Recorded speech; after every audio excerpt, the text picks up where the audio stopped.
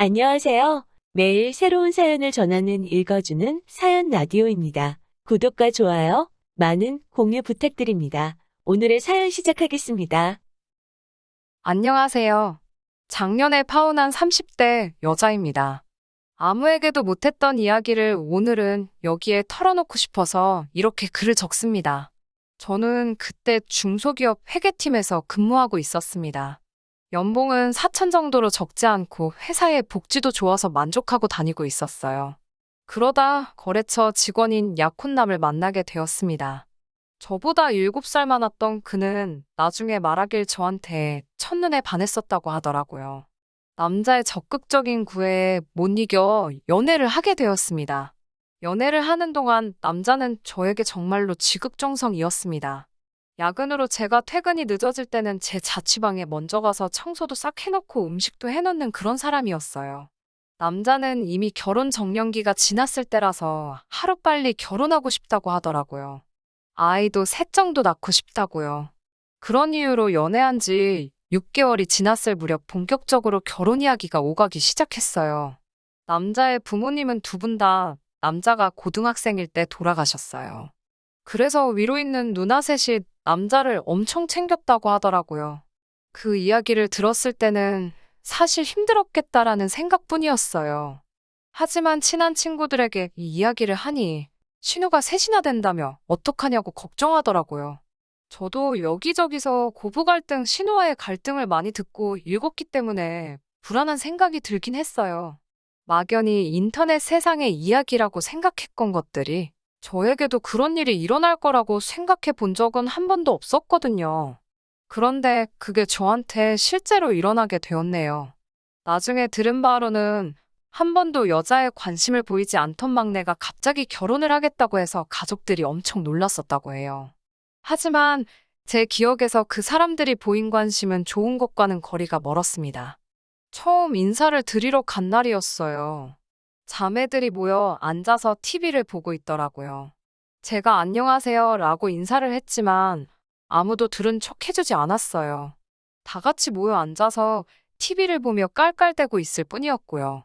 저를 없는 사람 취급하는 기분이었어요. 게다가 둘째 누나가 감자탕을 끓였다며 앞앞에 한 그릇씩 퍼주더라고요. 그런데 제 거에는 정말 국물 한 국자하고 뭉개진 감자 한 덩이가 있을 뿐이었어요. 제가 좀 더 주세요라고 말하자 야, 저기 있잖아 가서 네가 퍼먹으라고 하는 거예요. 순간 야라는 호칭에 제 귀를 의심했지만 다른 사람들이 아무 반응도 없길래 저는 한마디도 못했습니다. 아무튼 좀 더 국을 풀려고 냄비에 갔는데 냄비엔 찌꺼기밖에 없더라고요. 음식이 코로 들어가는지 입으로 들어가는지도 모르겠는 식사를 마치고 남자 가족들과 앉아서 TV를 보고 있는데 이번엔 셋째 누나가 맥주 한 잔 먹고 싶다 그러는 거예요. 그러더니 저한테 너도 마실 거냐고 묻더라고요. 저는 그래도 저한테도 말을 걸었다고 그게 반가워서 네 저도 마시겠다고 했죠. 그랬더니 저에게 카드를 주면서 그러면 네가 가서 사와 이러더라고요. 제가 남자에게 같이 가자고 하니까 그 누나 셋이 저를 쳐다보면서 그 맥주 몇 캔이 얼마나 무겁다고 둘이 가냐고 툴툴거리더라고요. 그렇지만 남자가 금방 갔다 온다며 저를 따라 나섰죠. 저는 문 밖에서 남자에게 지금 이게 무슨 상황이냐고 너무 짜증난다고 화를 냈어요. 저는 인사시킨다며 나를 데려와 놓고 이게 뭐 하는 거냐고요. 이렇게 나를 무시하는 니네 집과는 결혼할 수 없다고도 했어요. 택시 타고 떠나려고 하자 남자가 자기 가족들이 뭘 몰라서 그런다고 자기한테 조금만 시간을 주면 다 고쳐놓겠다고 붙들고 늘어지더라고요. 구구절절 사정하며 매달리는 남자를 보니 마음이 좀 흔들렸어요. 결국 다시 돌아가서 불편하고 어색한 시간을 보내고 집으로 돌아왔습니다. 남자가 늦게나마 저를 가족들에게 정식으로 소개하려고 하는데 그나마도 큰 누나란 사람이 말을 딱딱 끊더라고요. 결국 제대로 대화다운 대화도 나눠보지 못하고 집에 돌아왔네요. 그 일이 있은 뒤 얼마 지나지 않아 저는 임신을 했습니다. 남자는 결혼할 이유가 생겼다는 것에 더욱 기뻐하는 눈치였어요. 게다가 제가 다른 사람에게 말하지 말라고 하기도 전에 남자는 벌써 이 사실을 누나들에게 다 말했더라고요. 그리고 저희 부모님께도 전화해서 배불러 오기 전에 식을 올려야 한다며 결혼식을 밀어붙이더라고요. 그리고 저도 사실 막상 아이가 생기니까 결혼을 해야겠다는 생각이 확고해지긴 했어요. 저도 아이를 너무 좋아해서 유치원 선생님 되는 게 꿈이었을 정도였으니까요. 그리고 며칠 뒤 남자의 둘째 누나에게 전화가 왔습니다. 야, 오늘 출근 안 했지 하며 나와 밥이나 먹자 그러더라고요.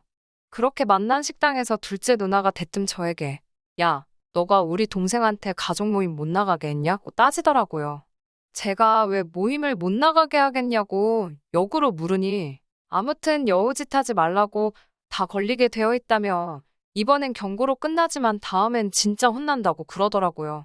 그러면서 한다는 말이 큰 누나가 저를 싫어하니까 알아서 잘 기어야 한다고 충고를 해주네요. 이 집에선 제 시어머니 될 사람이나 마찬가지라나요. 아무튼 또 시간은 흘러 어느덧 상견례 날짜가 되었습니다. 배불러 오기 전에 화사하게 입으라며 친정어머니가 직접 골라 사주신 하늘색 투피스를 차려입고 나갔습니다. 그런데 상견례 자리에 도착하니 예상치 못한 분이 자리에 계셨어요. 남자의 작은 고모였죠. 원래는 큰 누나 내외만 나오기로 했었는데 그래도 이 집 어른이라며 작은 고모가 바득바득 우겨서 나왔다고 해요. 저는 그 작은 고모를 만난 적이 없습니다. 남자 말로는 성격도 괴팍하고 말도 필터 없이 하신다고요. 나름 유명한 한정식 집에서 하는 상견례였는데 단정하게 차려입은 저희 부모님과 달리 남자 쪽은 큰 누나 내외는 청바지 차림에 작은 고모는 골프웨어를 입고 나왔더라고요. 왠지 모르게 허탈한 마음이 들었습니다. 게다가 점심 식사를 하기로 했는데 자기들은 아침을 늦게 먹었다며 음식엔 손도 안 대더라고요. 덕분에 저희 부모님도 식사도 제대로 못 하셨어요. 전 속으로 이건 아닌데라는 생각만 계속 하고 있었죠. 게다가 작은 고모라는 사람이 한다는 말이 어른이 먼저 이렇게 나오기 전에 싹싹하게 와서 인사도 하고 해야 된다면서 저더러 어려서 그런가 철이 없다고 하시더라고요. 그러자 친정 아버지가 아직 많이 부족하니까 잘 가르쳐 주시라고 하셨어요. 그러더니 큰 누나라는 사람도 말을 보태더라고요. 원래 수더분한 올케를 보고 싶었는데 너무 여우에다가 당돌하다며 집안 분위기 흐릴까 걱정이라고 잘 가르쳐서 보내달라고요. 결정적으로 혼수 이야기가 나오면서 사단이 나고 말았습니다. 저희는 둘 다 일단 허례허식 없는 결혼식을 하는데 동의한 상황이었어요. 그건 남자의 누나도 동의한 일이었고요. 집도 결혼식도 반반씩 하자는 거였죠. 그런데 그 이야기를 들은 작은 고모가 저희 부모님한테 당신들도 생각이 있으면 딸 시집 보내는데 필요한 도리는 해야 되는 거 아니냐고 대뜸 삿대질을 하더라고요.